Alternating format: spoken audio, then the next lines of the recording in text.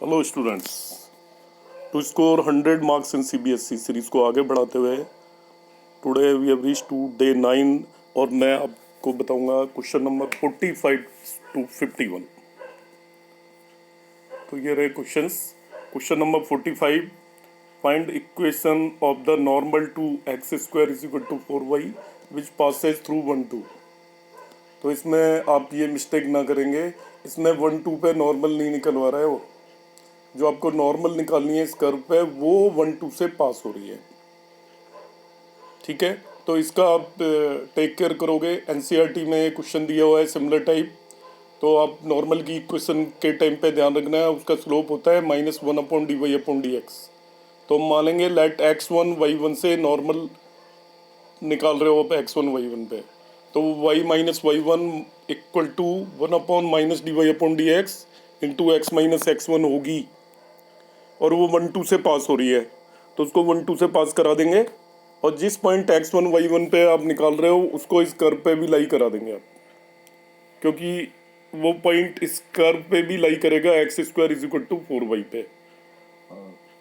In this way आपके पास x1 y1 में दो इक्वेशंस आएंगी और दोनों को सॉल्व करके वो पॉइंट आप पता कर लेंगे, और पॉइंट की वैल्यू जो आपने इक्वेशन नॉर्मल निकाली है उसके अंदर रखेंगे।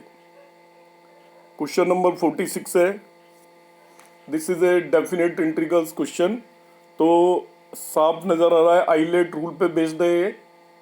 इनवर्स फंक्शन को ऑलवेज फर्स्ट फंक्शन लेते हैं और x is taken as the second function, that is a algebraic function. तो you solve, try to solve it. Question number 47 है, find the general solution of differential equation.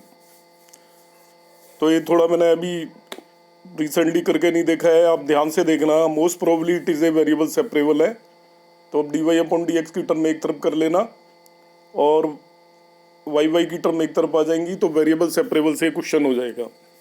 Question number 48 है, find the equation of plane passing through the intersection of these two planes which is perpendicular to this plane. तो मैंने videos में already 3D के बहुत सारे videos upload किए थे, इस तरीके के कई सारे क्वेश्चन है, इससे one of the very important question.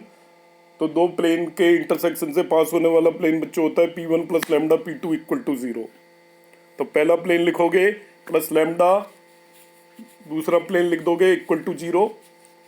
उसके डायरेक्शन रेशियोज सेपरेट कर लेना पहले वाले प्लेन के, और दूसरे वाले प्लेन के डायरेक्शन रेशियोज, मतलब प्लेन के नहीं, उसके परपेंडिकुलर नॉर्मल के डायरेक्शन रेशियोज, वो इसके परपेंडिकुलर है तो इसके डायरेक्शन रेशियोज 1 1 -4 है। जब दो प्लेन परपेंडिकुलर होते हैं तो उनके नॉर्मल्स के डायरेक्शन रेशियोज का प्रोडक्ट 0 होता है, मतलब a1 a2 + b1 b2 + c1 c2 equal to 0 से लैम्डा की वैल्यू फाइंड आउट करेंगे। a1 b1 c1 इन दोनों से जो प्लेन मिलेगा उससे मिलने वाला है लैम्डा की फॉर्म में। a2 b2 c2 ये सेकंड वाले प्लेन में i + j - 4k के जो भी i j k के कोफिशिएंट्स हैं वो a2 b2 और c2 है, दोनों का हम प्रोडक्ट ले लेंगे और उसको 0 रखेंगे, लैम्डा की वैल्यू आएगी, उसे हम रिप्लेस कर देंगे।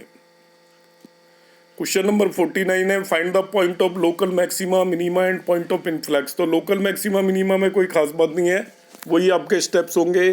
Step number 1 find f'(x), step number 2 put f'(x) equal to 0 and find its all the solutions.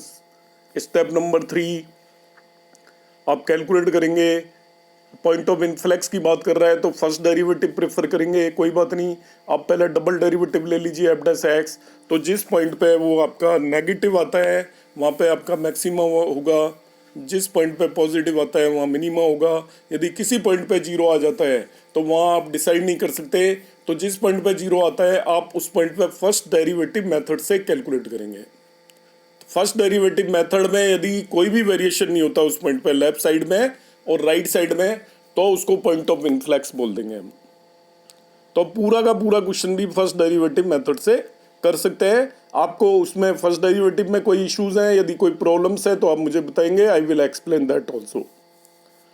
Question number 50 है, ये आपका AOI का क्वेश्चन है, find the area of smaller reason bounded by ellipse. AOI का काफ़ी syllabus delete हो गया है, तो क्वेश्चन सेलेक्ट करने में अभी इनिशियली मुझे कुछ थोड़ा इश्यूज आ रहे हैं, क्योंकि जो मेरा क्वेश्चन बैंक है उसमें पुराने सिलेबस के हिसाब से बहुत सारे क्वेश्चंस हैं, स्टिल मैं थोड़े क्वेश्चंस दूंगा।